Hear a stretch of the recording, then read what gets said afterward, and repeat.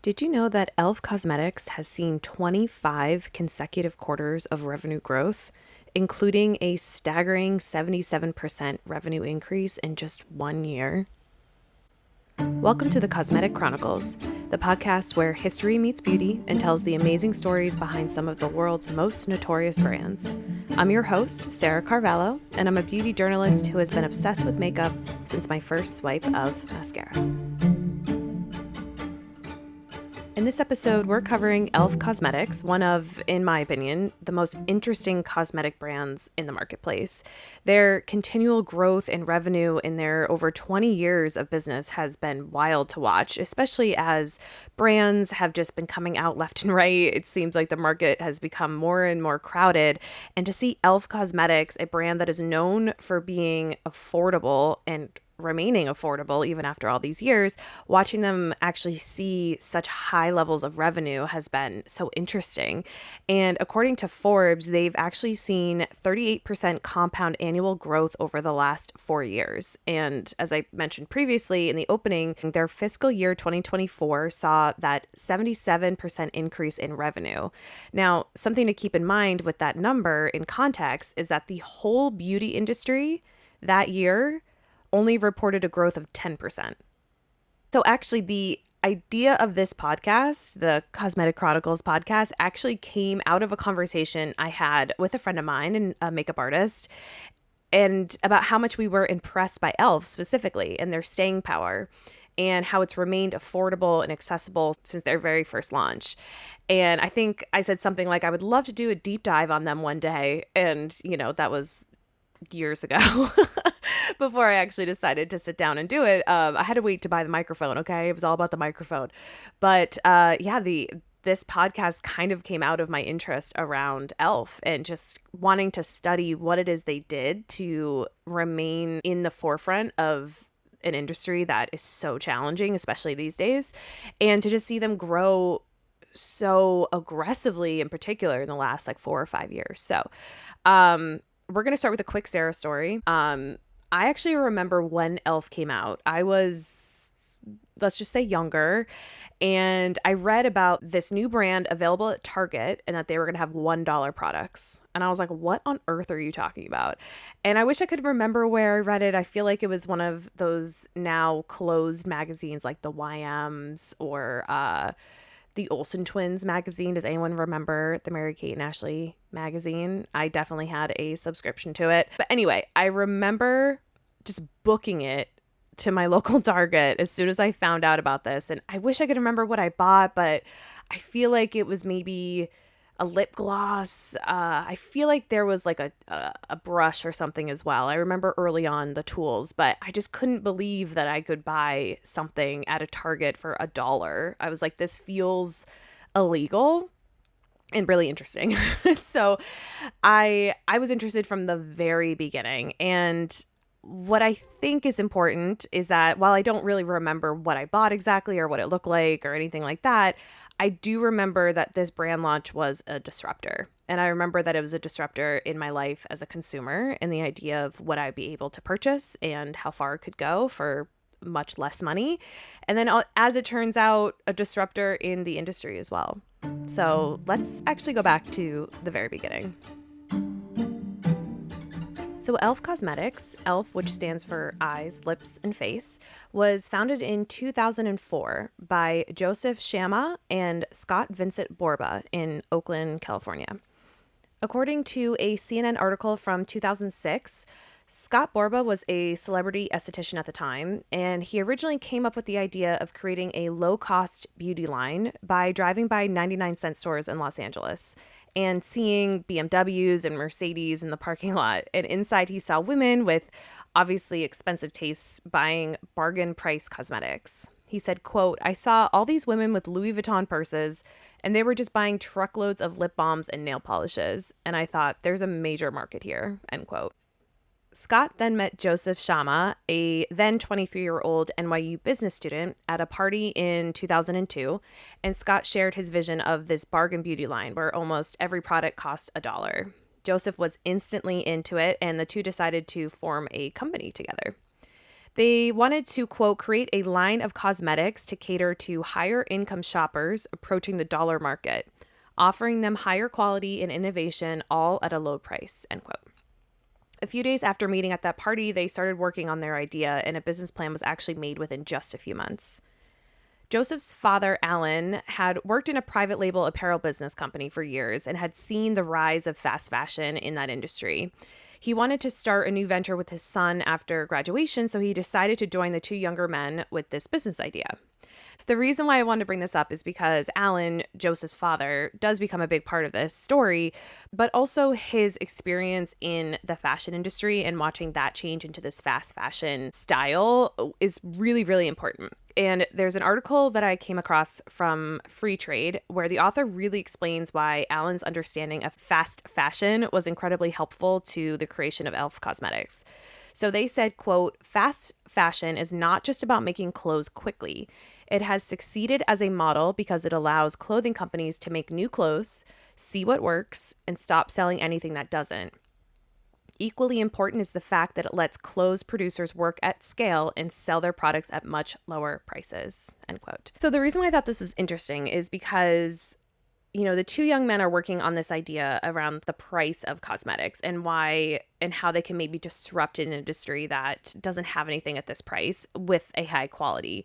And the father, Alan, has an understanding of the way consumers are starting to spend their money in the fashion industry and seeing how fashion houses have to quickly adapt and have to learn how to make things and adjust things because people's tastes change very quickly. And so all of that really came together at the perfect time.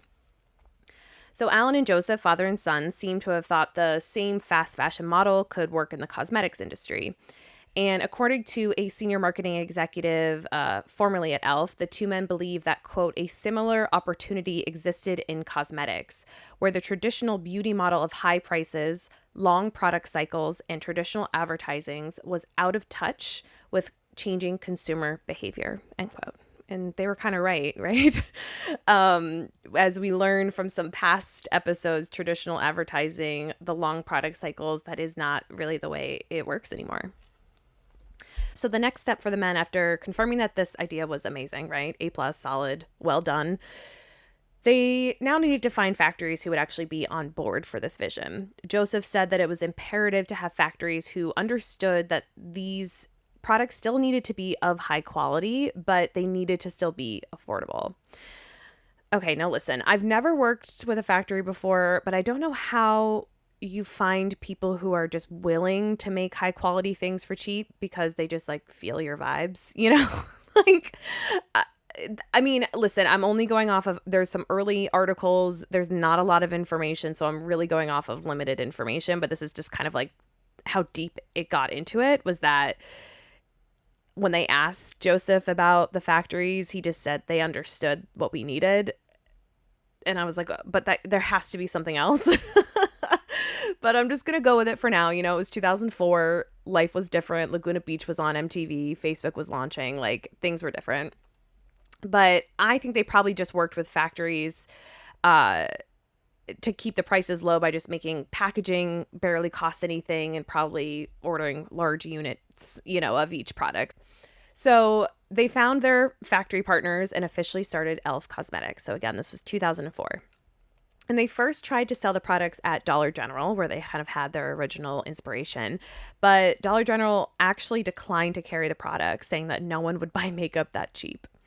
And then they ended up sending one of their eyeliners to an editor at Glamour, and she loved it. She was ready to give it a rave review, and that's actually what helped put them on the map. So they immediately decided to build a website. Now you have to remember, this was a time where that wasn't super, super common yet. We were still kind of shopping mainly in stores, but they immediately built a website and they started selling directly to customers, which has basically remained their selling strategy for the last 21 years. Even as they have expanded over the years, I would say that their website is still a very strong place where people come to buy their products. They originally launched with 13 items, though I can't verify exactly what they were. There was such little online presence for them in the early days in terms of news or advertisements, and their original website is no longer active. But from what I can tell, they released general items for, you guessed it, the eyes, the lips, and the face. And I think a year after they came out with like basic tools, which is, I think, what I remember. This was many moons ago, so, my memory is a little spotty. But as discussed previously, they were able to keep every item at $1 thanks to that low-cost factory relationship. But also because they decided early on to spend very little money in traditional advertising or celebrity endorsements. We'll talk more about their marketing later, but they relied heavily on crowdsourcing, the early social media days, and basically just word of mouth to get their products noticed. In 2005, after only a year in business, they saw sales close to $5 million. Now, again, keep in mind, online sales were not popular at this point. Only 2.5% of all U.S. retail sales were online in 2005. 2.5% of all U.S. retail was done online in 2005. So for them to make close to $5 million in sales only online is wild. And a lot of that success was due to the combination of the low cost of the products, the high quality, the big names that were touting it early on, like Glamour, I think Good Housekeeping, eventually O Magazine, and the fact that they were cruelty-free, which was becoming more important to consumers at this time. Plus, they really were only available online for that first year, so consumers had to interact with the brand directly for every single purchase. In 2017, the former global artistic director, e.l.f. Richards, was quoted saying, "e.l.f. was born online. It was really about being able to communicate with consumers directly. And that's how we broke through the clutter. We wanted consumers to be a part of the innovation process, and it's still a big part of the brand today." End quote. In 2007, e.l.f. expanded into Target, which obviously really was a pivotal point for the brand, giving people more access to affordable makeup that was even cheaper than its neighbors in the same makeup aisle. So their eyeshadow was even cheaper than, Maybelline that was right next to them. And then they later expanded into CVS, Walmart, Walgreens, Ulta Beauty, and even at one point Old Navy. And they've also moved since then internationally into Boots, Watsons, and Douglas, expanding their global reach. We'll get more on this later, but they really did start to expand only a couple years after they launched their website into retail spaces. And then in 2008, they launched its studio line with products in the sleek black and white packaging, each sold for $3.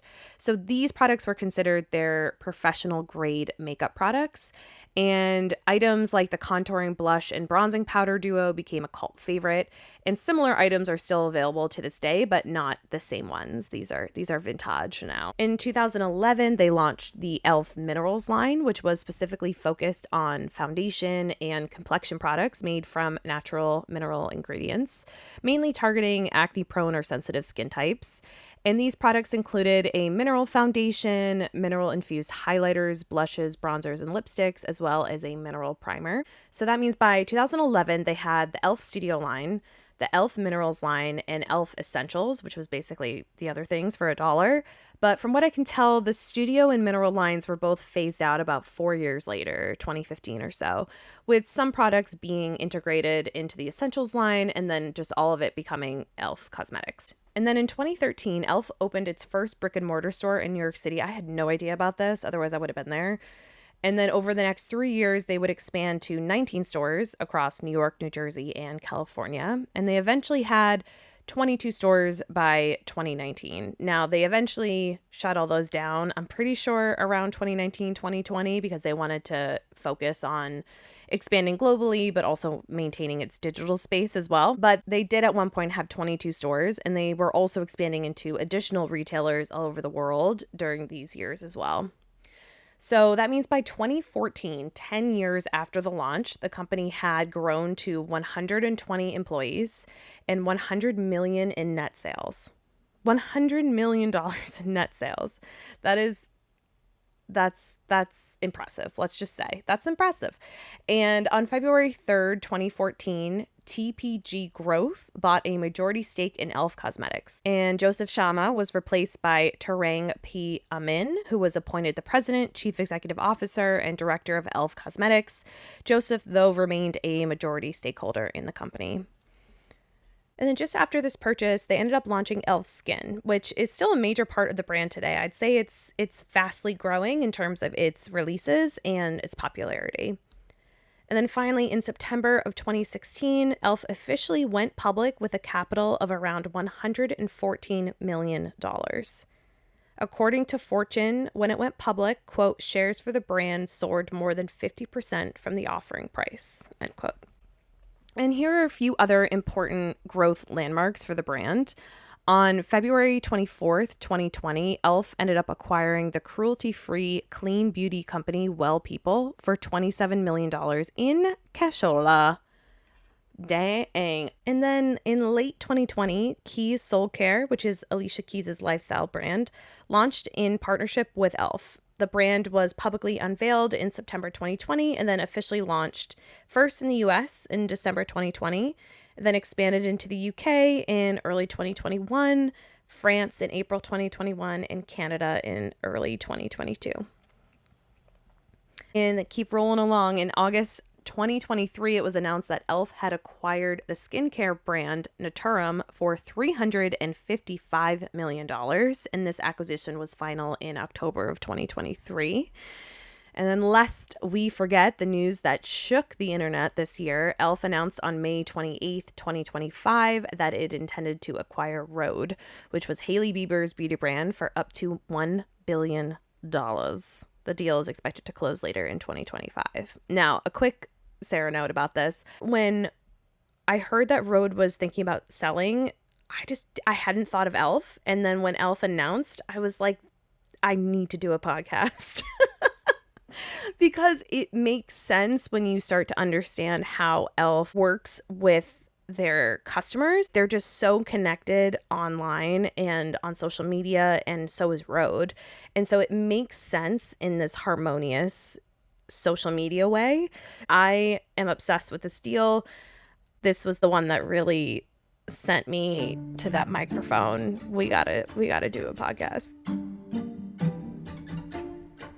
All right, it's time for my favorite segment, the rabbit hole of the week. If this is your first episode, the rabbit hole of the week was never an intended segment. It was something that naturally happened every time I did research, and I just inevitably find one when I research. And so this is this episode's rabbit hole of the week. So do you remember Scott Borba, one of the founders of e.l.f., the one who actually had the idea of creating a $1 high quality makeup product? Have you noticed that I haven't really mentioned him that much when discussing the growth and eventual sale of e.l.f.? Well, something that I found interesting as I was doing my research was the more recent the articles became, the more I saw that the founders of e.l.f. were simply being listed as Alan and Joseph. And I thought, but no Scott? Every article I read just kept saying it was founded by father-son duo, but no Scott. So naturally I was curious and whipped out, my little Harry at the Spy notebook to do some digging. And it turns out Scott Borba has become a priest. Yes, a priest. Apparently, he left e.l.f. in 2012, so 2 years before they sold the company, and he decided to leave the entire industry behind. He was already really successful prior to founding e.l.f. He had been a model when he was younger. He eventually became an internationally famous cosmetics executive who, before the age of 30, had spearheaded some of the most successful business campaigns for brands including Neutrogena, Sebastian, Hard Candy. He even developed his own brand of skin balancing water, with Anheuser-Busch signing on for a marketing and distribution deal. He's written several books, including Skintervention, which I didn't know that was him, but I remember that book, and Cooking Your Way to Gorgeous. He also was a celebrity esthetician and became known for giving Mila Kunis her $7,000 facial using microcrystals from diamonds and rubies for the 2011 Golden Globe Awards. He was already very successful before discovering e.l.f. And then he had 8 incredible years of growth with e.l.f. And then he just walked away from it all. He eventually sold all of his assets. He entered seminary training and finally became a priest at the age of 50. And that's what he's been doing. So he sold everything he owned and he went to preschool and priest school and has been a priest ever since. And I find that so fascinating, so interesting. There is an article I found, an interview with him, where he kind of talks about how this all kind of happened and occurred to him. So it's in the description below. Obviously, I always link all of my resources, but that article in that interview will be here as well. So if you're interested in kind of learning how that happened, it's a great article. Now, while I think this story is so cool for Scott and is obviously something that makes him much happier, and he's found this kind of meaning of life, which that's all we can ask for, right? I think the weird thing for me about this is that I don't know why he can't just be credited. I don't know. And then now in those articles where I'm reading it, I was found by father son duo, they also are like changing the origin story. So if you remember at the beginning, I said it was Scott's original idea because he was driving by these 99-cent stores and watching these, wealthy women go in and buy loads of lip balm. But then in a 2017 Refinery 29 article, there's a quote from that global artistic director, e.l.f. Richards, that I quoted before, where she says that e.l.f. was founded by father-son duo Joey and Alan Shama. Joey's wife came home one day with 5 new makeup products, and the bill was something like $200. Joey thought that was ridiculous and wanted to find another solution, end quote. Like, what? E.l.f., what?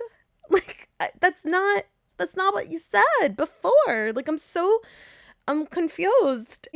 And now listen, it's entirely possible that both things are true, right? Like, maybe that's how they bonded. Maybe Scott and Joey met at a party and Scott was talking about how he saw these rich women buying $1 makeup, and Joey was like, oh man, I wish my wife would do that, LOL, and then Scott was like, well, I got an idea for you. Like maybe it was both things, but I don't know. Now that Scott isn't part of the company anymore, that's not even a part of the conversation. I don't know. It feels weird to me to just completely erase him from the history altogether, but we don't know, right? Maybe he asked to kindly be excluded from their narrative. Let me know your thoughts. Am I overthinking this? Should I put away my magnifying glass? Should I let it go? Let me know your thoughts.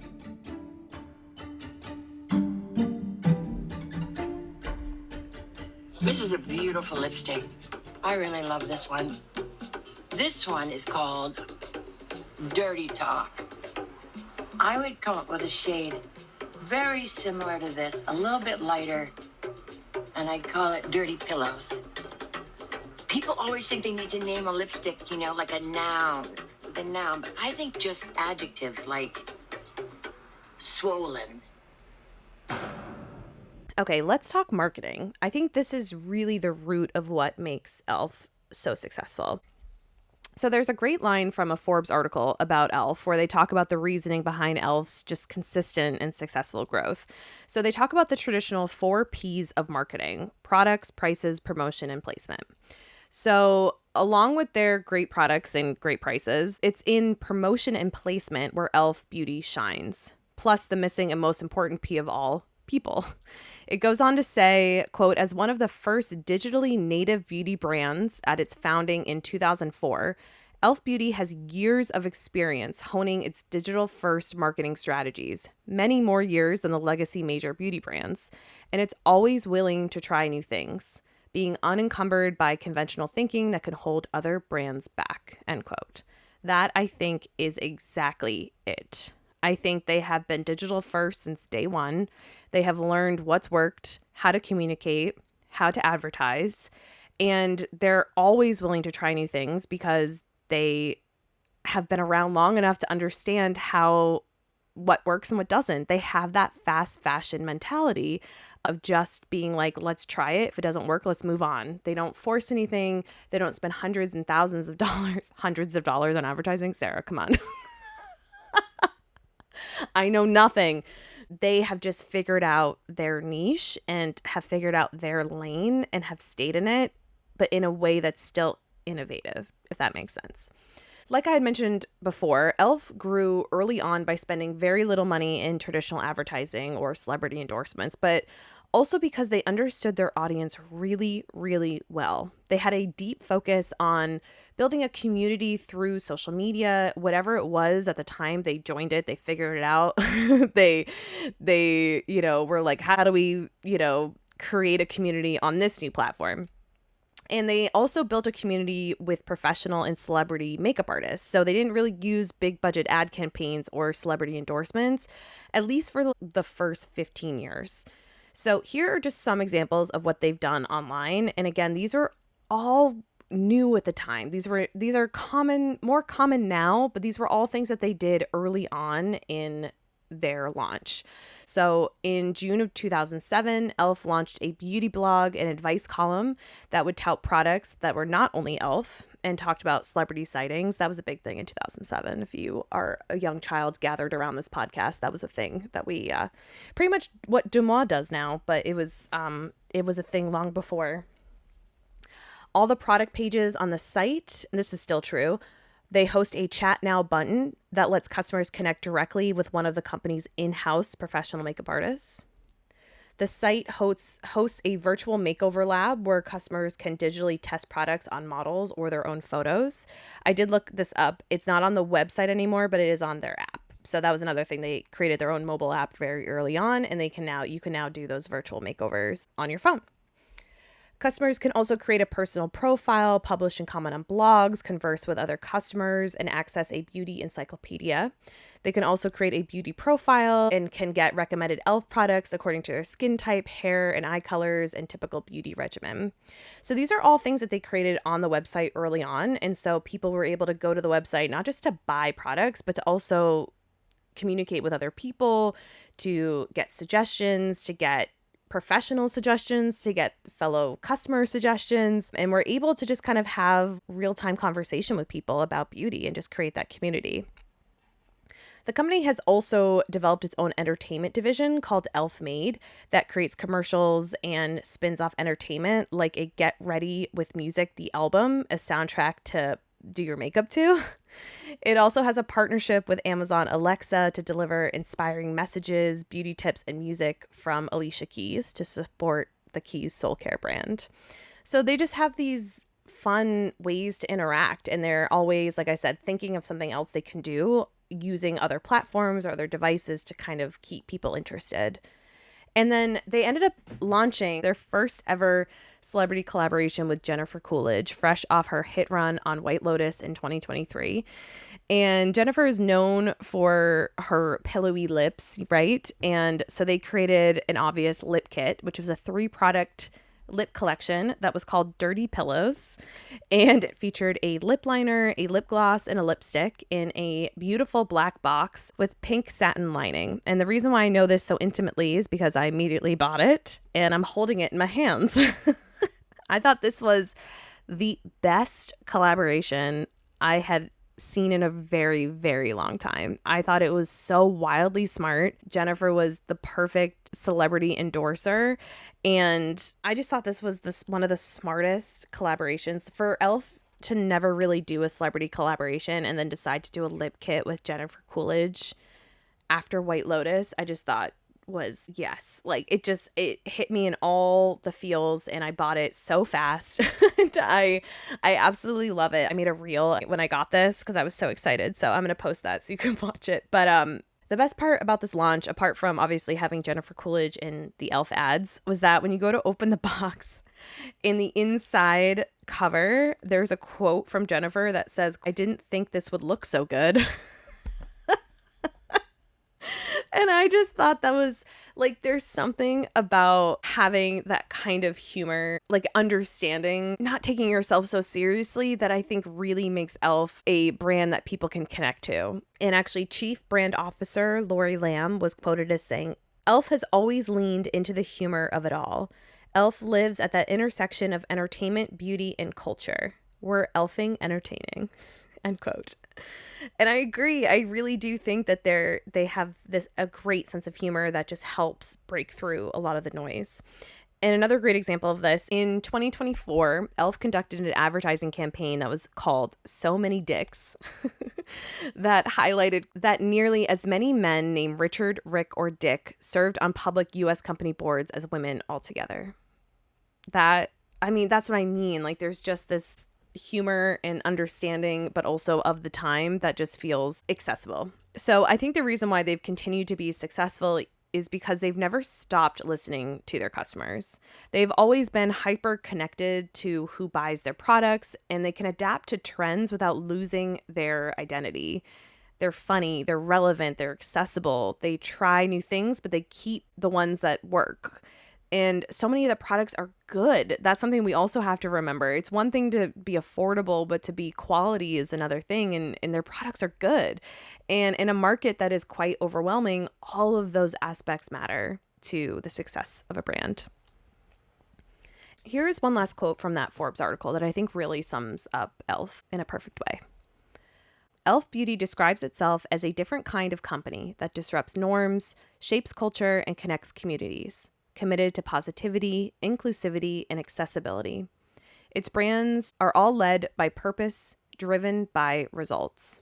By consistently delivering results, authentically living up to its founding mission and ethical principles, and developing strong customer bonds and lasting loyalty, e.l.f. has achieved the elite status of a sticky brand.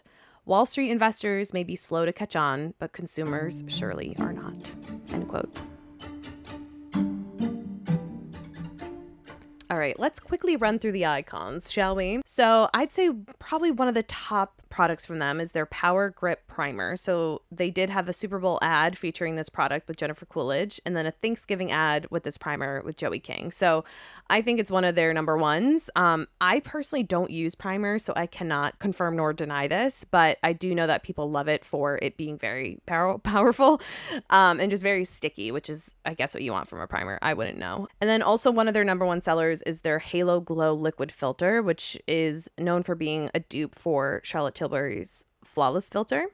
And this has become like a viral hit on TikTok. It's sold out multiple times, and it's done so well that they've eventually expanded the Halo Glow line into including a blush, a highlighter, a bronzer, and even a setting powder, which I've been told is a dupe, I think, for the Hourglass powder or Laura Mercier powder, one of the expensive fan favorite ones. Another fan favorite is the 16-hour camo concealer, and this is supposed to be, you know, a dupe for the Tarte Shape Tape. So it's known for its full coverage, the matte finish, the long wear, and for only a fraction of the price. This is not my vibe in terms of matte anything, full coverage anything, but I know people that love the Shape Tape think that this camo concealer is a good dupe for it. And it also spawned spinoffs like there's a hydrating camo concealer, which I think is more for me, and a camo CC cream. So I know the camo line has been a big one for them as well. Also huge, their Poreless Putty Primer. This apparently, I didn't know this. This was a dupe for Tatcha's Silk Canvas Primer. And I think this ended up being, I read, was one of e.l.f.'s top selling products ever. And their whole putty line, I think, is a very famous one. So the putty primer, and then I think they have the putty color correctors. Correct me if I'm wrong, or that's part of the primers. I have a putty blush that I am going to be posting a first impression on over on my Instagram. So go check that out at Glow and Flow by Sarah. It's linked in the description as well. But I've been wanting to try one of their putty blushes for such a long time. So I did a first impression over there. Also, their bite-size eyeshadow palettes. These are only $3 quads, and TikTok creatives have said these are frequently better than luxury palettes. I haven't tried this yet, but I have enough eyeshadow palettes, but I have been curious about it. And I think I remember when they did like a Dunkin' Donuts collab, I was intrigued because, you know, I'm a New Englander, so I run on Dunkin'. So that's a big product for them. Also, like I said before, e.l.f. Skin, I think, has been slowly growing in popularity. And part of that has been because of their Holy Hydration skincare line. I've seen this more and more in people's skincare favorites, and mainly for the hydration and the plumpiness it gives the skin. So I think that's really coming up in terms of popularity. And then for me, I'm going to put on the Glow Lip Oil, okay? Because it's my podcast and I get to say what's iconic. And I think the Glow Lip Oil is lovely. It's probably a dupe for something that I don't know, but I find it lovely. It's not sticky. And it was like $3 or something. So I think most of the products are still around like $8 or $9. Sometimes they can get down to $3 or $4. So they're still incredibly affordable. And we're just going to kind of run through some fun facts here. So some fun little things that I found is that the company only has 475 full-time employees. Now, I know this sounds like a lot. Typically, a company of 1 billion size typically employs something like 1,500 to 2,000 people. But e.l.f. Beauty has specifically, I read an article from the CEO that says they want to keep it kind of tight as possible so that they have this kind of startup mentality where everyone is focused on serving the community, the e.l.f. Beauty community. So yeah, 475. I think this was maybe a few years ago. So it may have gone up since they've done their acquiring. But yeah, regardless, they still like to try and keep the employee size down. I'm sure that also saves them a few dollars as well. They have a secret innovation lab in Oakland where they started called the e.l.f. Beauty Innovation Center, where they test and develop new formulas in-house, which helps them move quickly, and also it keeps the prices low as well. In 2021, they committed to a no retouching policy as part of their efforts towards transparency and inclusivity. We love to see it.